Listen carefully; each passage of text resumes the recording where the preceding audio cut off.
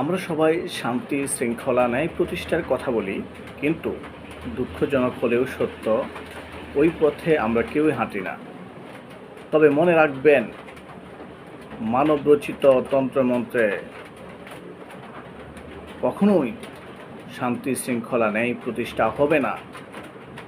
ন্যায় প্রতিষ্ঠা করতে হলেই ইসলামী খেলাফতের বিকল্প নেই।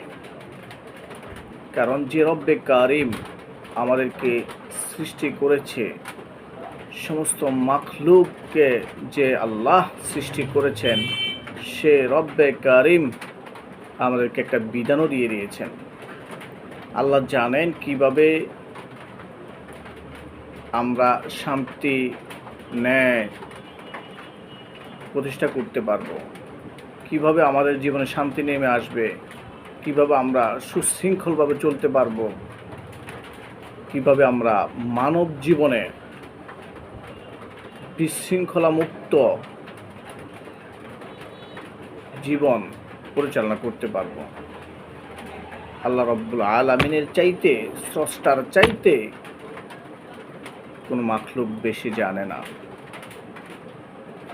তাই আমাদের সমস্ত ওলামায়ে কেরামদেরকে আহ্বান করব, দলমত নির্বিশেষে সকল ধরনের ইখতিলাফকে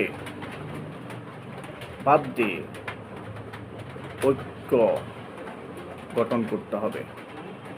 হোক হেফাজত ইসলাম, হোক ইসলামী আন্দোলন, হোক জামাত ইসলাম, আরও আদারওয়াইজ যে সংগঠনগুলো আছে, সকল সংগঠনগুলো ঐক্যবদ্ধ হয়ে আল্লাহর হুকুমত, আল্লাহর জমিনে প্রতিষ্ঠার লক্ষ্যে সকল ইখতিলাফকে ভুলে গিয়ে আমাদেরকে ঐক্যবদ্ধ হতে হবে।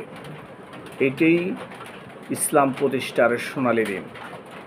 এতে করে সকল ধর্ম অবলম্বী মানুষগুলোই শান্তিতে বসবাস করতে পারবে।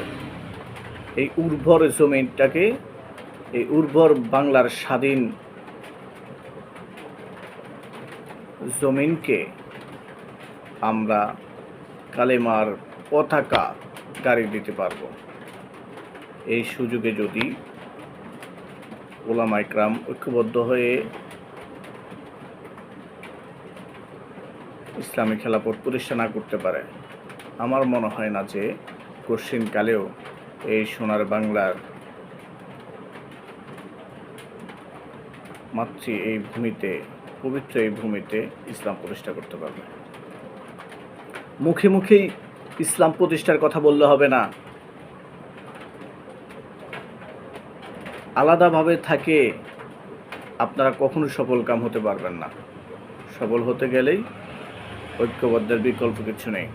সকল রাগ, সকল গোসা, সকল ইখতিলাফ, সকল মত সব কিছু ছেড়ে দিতে হবে